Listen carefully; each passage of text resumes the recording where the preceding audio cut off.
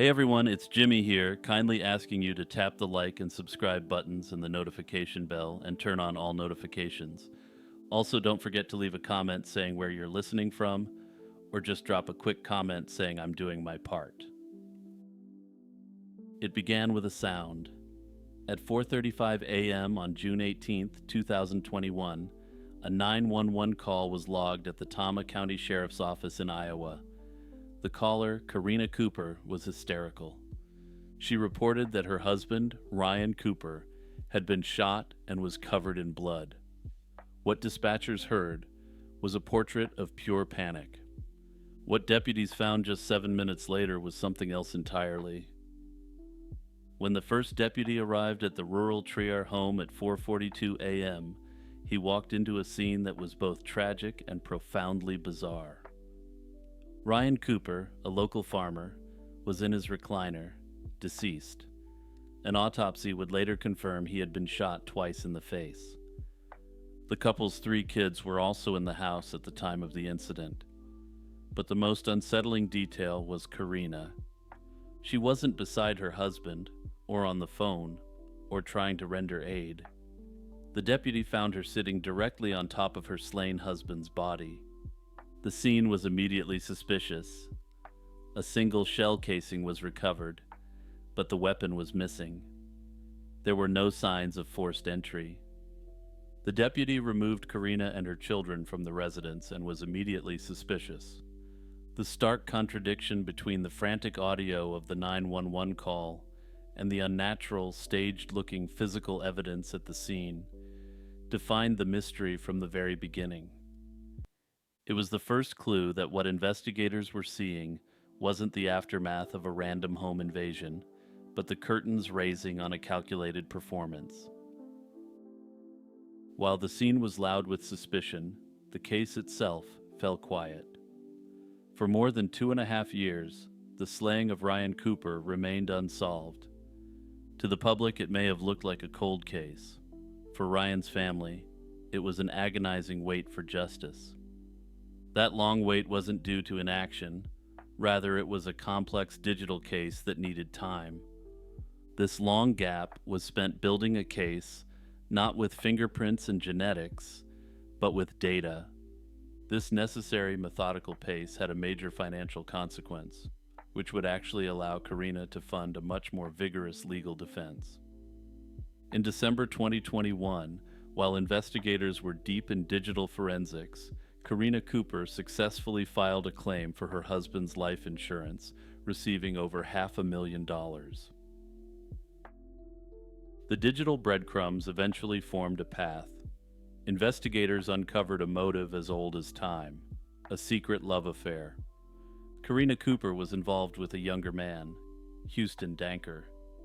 Their crucial mistake was a faith in digital impermanence. The lovers used Snapchat, likely believing their messages, plans, and fantasies would disappear forever. But investigators recovered them. The chats revealed them fantasizing about marriage, discussing a future, and even planning a new family together. The prosecution argued these messages showed them hatching a plan as early as March 2021. Danker's Google search history was chilling, including queries about the best ways to clandestinely eliminate someone. The digital evidence also created a timeline of the slaying itself, including messages exchanged on the night and morning of June 18th. One of the most damning messages, sent just before the call to the cops, was from Karina to Danker, and I'm going to quote this directly. "Remember those casings." With this digital siege engine built, Karina Cooper was finally arrested on February 19th, 2024. Houston Danker was charged 2 months later. The battering ram of justice was about to pound both Cooper and Danker hard. The 2 co-conspirators took very different legal paths. Houston Danker, facing his own trial, folded. On August 12th, 2025, mere moments before jury selection was set to begin, he pled guilty to the first-degree offense. As part of his plea, he admitted to the judge what the prosecution had spent years proving. He and Karina were lovers, and they had planned the slaying together for 4 to 5 months. This confession was a catastrophic blow to Karina Cooper's defense. Her entire case was built on a single premise: Danker acted alone. Her attorneys couldn't deny the affair. The Snapchats were undeniable. So, they tried to reframe it. In a remarkably short opening statement, her lawyer mentioned Houston Danker's name 11 times, painting him as a manipulative lover and Karina as a victim. The defense argued she wasn't a co-conspirator. She was a, quote, idiot living in a fantasy world. But with Danker's own sworn confession already on the record, this dream world defense was, from day one, a legal fantasy. Karina Cooper took the stand, a high-stakes gamble to sell her dream world narrative directly to the jury. She testified that her relationship with Danker was just an online fantasy.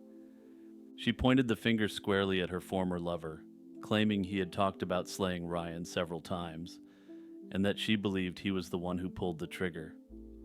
But she had to answer the case's biggest question.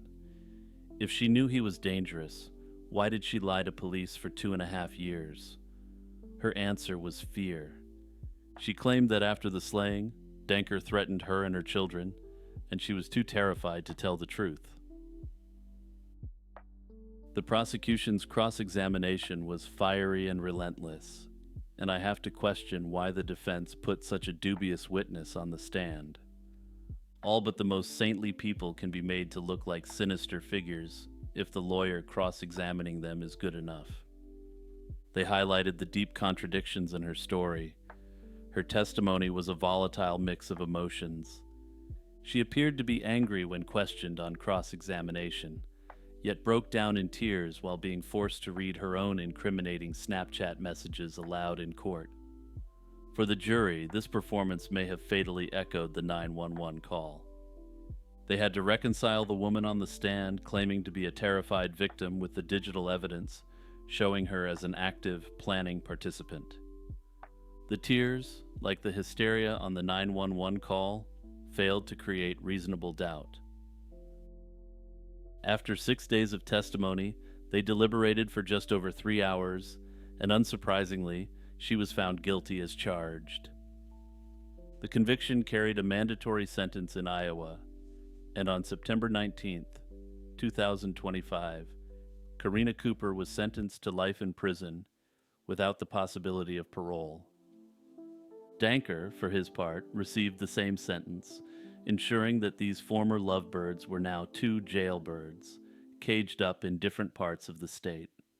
The criminal trial was over, but one piece of justice remained. One of the motives for the crime, the insurance policy, was still in Karina's possession. Ryan's estate, administered by his siblings, filed a civil lawsuit to claw back the money. This portion of the case is still working its way through the courts as a civil matter, but it's expected that they'll be successful. Unfortunately, though, it's unclear how much of the money remains for her children, who are now without either of their parents. What stands out most to me about this case is how the very tools Karina and her lover believed would protect their secrecy became the instruments of their undoing. In a sense, the case is emblematic of modern justice. The truth might be delayed, but in the age of data, it rarely disappears. These two appear to have really believed that because Snapchat deletes their conversations on the user's end, that there's no record of it kept anywhere. On a warm July night in 1986, 38-year-old Eveline Aguilar relaxed on her porch with a book at her Florida apartment complex, unaware it would be the last evening of her life. She chatted with friends by phone, even talking about selling some furniture, and later enjoyed dinner and a movie before a late-night swim in the pool. That moment in the pool would be the final time anyone saw her alive. By the next day, Eveline would be found slain in her own bedroom, the victim of a vicious attack that baffled investigators for decades. On July 14, 1986, A concerned friend noticed Eveline's apartment door was open and made a grim discovery inside. Eveline was dead in her bedroom at the San Jose apartments near Winter Park, Florida, having been brutally attacked. She was viciously assaulted and suffered multiple wounds across her upper body and hands. The medical examiner later confirmed the obvious. Eveline had been slain in a frenzied, ruthless attack. Investigators at the scene noted a pane of glass had been removed from a window, suggesting the intruder's point of entry, and they recovered palm prints from the interior windowsill. They also recovered male biological material from the scene, which was still of minimal forensic value in 1986. For over 3 decades, Aguilar's family and Seminole County law enforcement refused to give up hope that her attacker would be caught.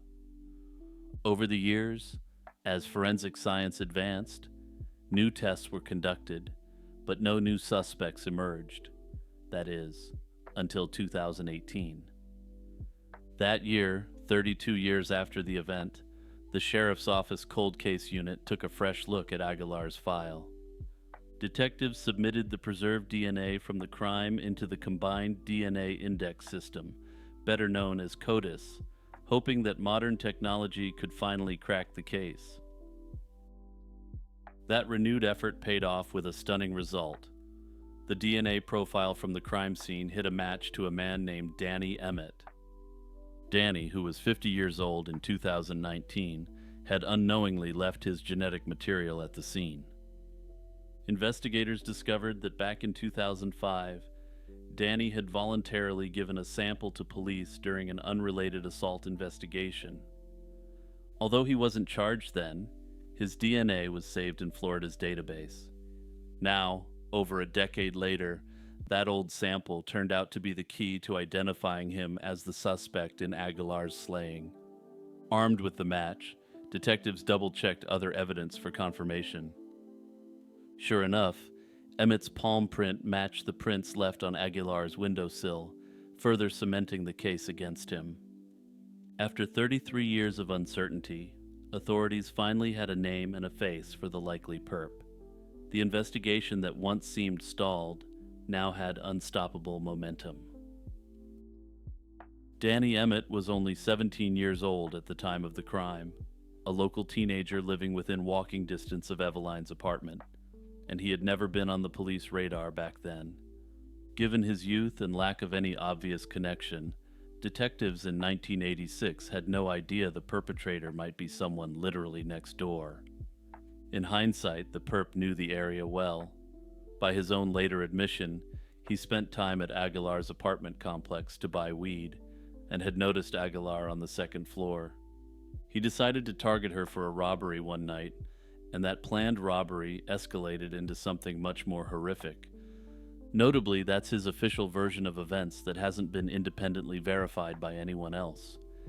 Given the crimes he committed, I'd say it's safe to take anything he says with a massive grain of salt. In the decades after the slaying, Danny continued to have run-ins with the law. He amassed more than 30 arrests in what authorities described as a crime-ridden life, yet he had avoided any link to the Aguilar case.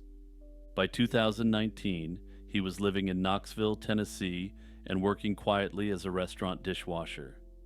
He likely assumed his terrible deed in 1986 was long buried by time, but he was very wrong. On May 22, 2019, more than 3 decades after Eveline's death, law enforcement finally caught up with the perpetrator. Acting on an arrest warrant obtained after the genetic hit, Seminole County investigators, with help from Knoxville police, located and arrested the 50-year-old. The long-awaited news brought a surge of relief to those who had waited so many years for answers. 3 of Aguilar's sisters gathered to watch the sheriff announce the breakthrough, an emotional moment after so much time had passed. Danny was promptly charged with first-degree premeditated slaying and burglary in connection with the case. Nearly 37 years after the crime, the case of Eveline Aguilar's slaying finally went before a jury in 2023. Danny Emmett, now in his mid-50s, pleaded not guilty and claimed he had never met Aguilar or been inside her apartment. Forensic evidence told a different story, however, refuting his denials. Prosecutors presented the DNA and fingerprint findings to establish that he was indeed the intruder. One of the most dramatic moments of the trial came from Danny's former cellmate, Jeff Murphy, who testified that he had confessed everything. Murphy recounted how Danny calmly described the crime on multiple occasions, claiming that it was all a robbery gone wrong. What disturbed Murphy most was the casual, almost nonchalant manner in which Danny spoke about the crime, as if it were nothing out of the ordinary. The chilling jailhouse confession, combined with the powerful forensic evidence, made for a compelling case against Danny even after so many years. In May 2023, the jury found Danny Amet guilty of slaying Eveline Aguilar, finally delivering justice for a crime that had haunted her family and community since 1986. The following month, a judge formally sentenced this predator to life in prison, along with a concurrent life term for the burglary charge. Under the terms of the sentence, he must serve at least 25 years before becoming eligible for parole. Hey everyone, it's Jimmy here reminding you to subscribe and hit the notification bell and turn on all those notifications. Also, remember to check out the membership option by clicking join or hit the Patreon link in the description. In February 2020, a 4-year-old Singaporean girl named Megan Khung died, but nobody reported it. Nobody came looking. For 3 agonizing months, her body was hidden in a box, sealed with cement, and stored in a condominium. It was later taken to a workshop, burned in a metal barrel with charcoal, and reduced to ashes that were scattered in the sea. This horrific crime was only discovered 5 months later, not through proactive social work or policing, but because of 2 desperate missing person reports filed on the same day. One was from her maternal grandmother, who had long been worried. The other was from her biological father, Simon Khung, who had just been released from prison and was desperate to find his daughter. What unfolded next revealed not only a story of unimaginable cruelty, but a catastrophic systemic failure that allowed a little girl to be utterly erased. Megan's ordeal wasn't a sudden, isolated event. It was a 13-month escalation of torment at the hands of her biological mother, Fu Li Ping, and Fu's boyfriend, Brian Wong. The couple would hit Megan with a cane, and the injuries were bad enough that in March 2019, staff at her preschool noticed them. They confronted Fu, who admitted to the quote-unquote discipline and was warned that a referral would be made to the Ministry of Social and Family Development if it continued. On September 17, 2019, she withdrew Megan from the preschool, claiming it wasn't teaching her daughter Chinese. This single act effectively removed Megan from public view and from the one place where adults were questioning her injuries. After this, Megan went to live full-time with Fu and Wong, and the situation worsened for the girl. The torment these 2 animals subjected Megan to is beyond disgusting, and I'm not going to get into the specific details in this video. And while I rarely say this, I strongly encourage you not to look up the details for your own mental health. It's all the worst stuff you can imagine, and that's just what they admitted to, so who knows what the full extent of it actually was. On February 21st, 2020, after 13 months of this hell, Brian Wong delivered the final fatal blow in the form of a punch to Megan's stomach. The blow was so strong that it ruptured her internal organs. A forensic pathologist later determined that, in the absence of a body, the probable cause of death was septicemia from the inflammation caused by these ruptures. That said, for the reasons I'm about to describe, this is speculative and based upon the statements given by these monsters themselves. What happened after this punch is perhaps the most chilling part of the story. As Megan lay on the ground, clutching her stomach and complaining of pain, the two adults responsible for her, Fu and Wang, along with a friend, Nouvelle Chu, ignored her. Instead, they went to get high. Hours later, seeing the girl motionless, they tried to resuscitate her, but it was too late.